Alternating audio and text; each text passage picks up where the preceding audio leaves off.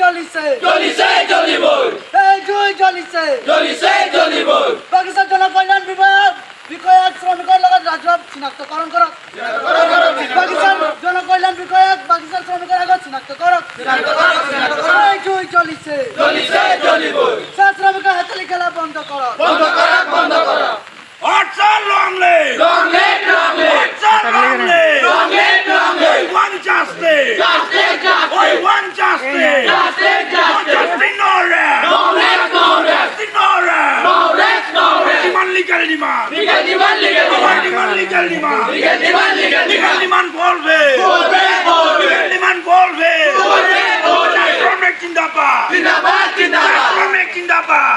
আজি অসম চাহ জনজাতি ছাত্ৰ সন্থা আগচাক খঙীয়া উপশাখা আৰু প্ৰাথমিক গোট আৰু খঙীয়া চাহ বাগিচাৰ সমূহ শ্ৰমিক ৰাইজৰ সহযোগত ধৰ্ণা কাৰ্যসূচী ৰূপায়ণ কৰা হৈছে আৰু ধৰ্ণা কাৰ্যসূচীৰ জৰিয়তে বাগিচাৰ চাহ শ্ৰমিকৰ জ্বলন্ত সমস্যাসমূহ যিদৰে চিকিৎসালয় উন্নত আন্তঃগাঁথনি কৰা, চিকিৎসালয় এম্বুলেন্সত অক্সিজেনৰ ব্যৱস্থা কৰা আৰু শিক্ষিত যুৱক যুৱতীসকলৰ নিযুক্তিত অগ্ৰাধিকাৰ প্ৰদান কৰাৰ পৰা আদি কৰি PF গেৰেজ ছুটিৰ পৰা আদি কৰি এতিয়া বৰ্তমান এটা ডাঙৰ সমস্যা আমি দেখিবলৈ পাইছোঁ যে প্ৰত্যেকখন বাগিচাতে যিটো PFৰ আগধন চাহ শ্ৰমিকসকলে কিছুমান সমস্যাৰ কাৰণে তেওঁলোকে লয়।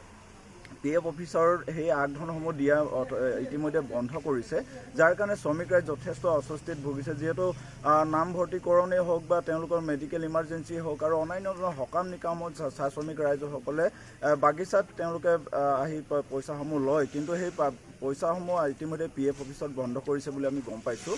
আমি অসম চাহ জনজাতি ছাত্ৰ সন্থাৰ তৰফৰ পৰা বাগিচাৰ পৰিচালক আৰু কৰ্তৃপক্ষক আমি দাবী জনাইছোঁ PF অফিচৰ যিখিনি লেনদেন থাকিব সেইখিনি থাকিবই, তথাপিও বাগিচাৰ কিছুমান ইমাৰ্জেঞ্চি ফাণ্ড ক্ৰিয়েট কৰিবৰ বাবে আমি দাবী জনাইছোঁ, যাৰ জৰিয়তে চাহ শ্ৰমিক লোকসকল যথেষ্টখিনি আশ্বাস আৰু তেওঁলোকে সুবিধাজনক হয়।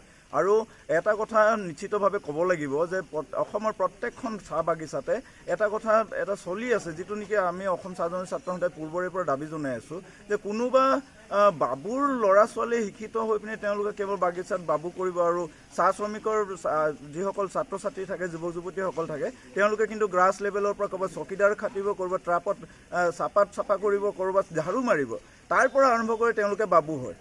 এনেধৰণৰ বৈষম্যবোৰ যাতে নাইকিয়া হয় তাৰ বাবে আমি অসম চাহ জনজাতি ছাত্ৰ সন্থাই বিভাগীয় কৰ্তৃপক্ষই হওক, আমাৰ চাহ কৰ্মচাৰী সংঘই হওক, অসম চাহ মজদুৰ সংঘই হওক, আমি সকলোকে আহ্বান জনাইছোঁ সকলোখিনি কথাখিনি সকলো বিষয়বোৰ যাতে সমপৰ্যায়ত আপোনালোকে ৰাখে তাৰ বাবে আমি আহ্বান জনাইছোঁ। অন্যথা এই চাহ বাগিচাৰ শিক্ষিত ডিগ্ৰীধাৰী ছাত্ৰ ছাত্ৰীসকল ক'লৈ যাব?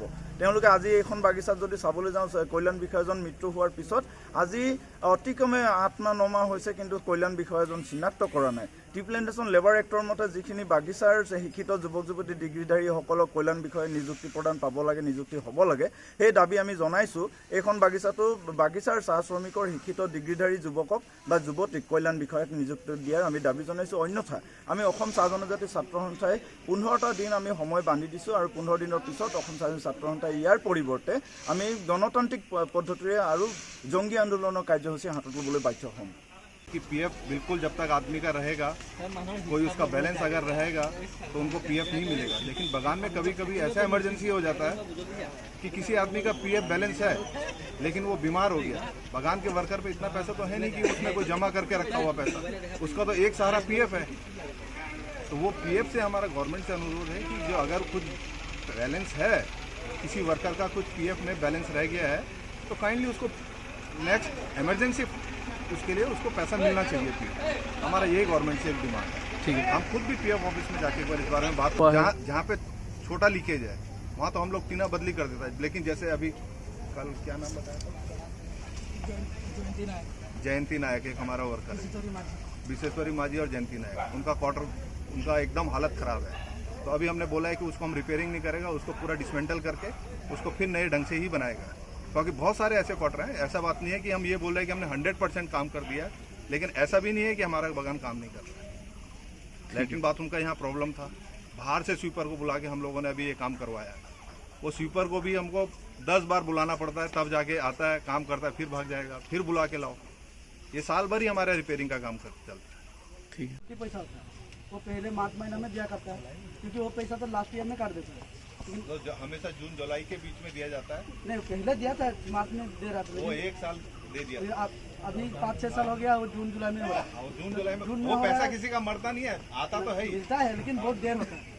वो आगे साल भी जून जुलाई में था, उससे आगे साल भी जून जुलाई में था। जून में देता रहा, जून में होकर अभी जुलाई आ गया, 2 साल हो नहीं गया वो जुलाई। जून जुलाई के बीच में पहले अगस्त तो नहीं आना आ जाएगा, इसीलिए हम बोल रहे हैं थोड़ा जल्दी करें।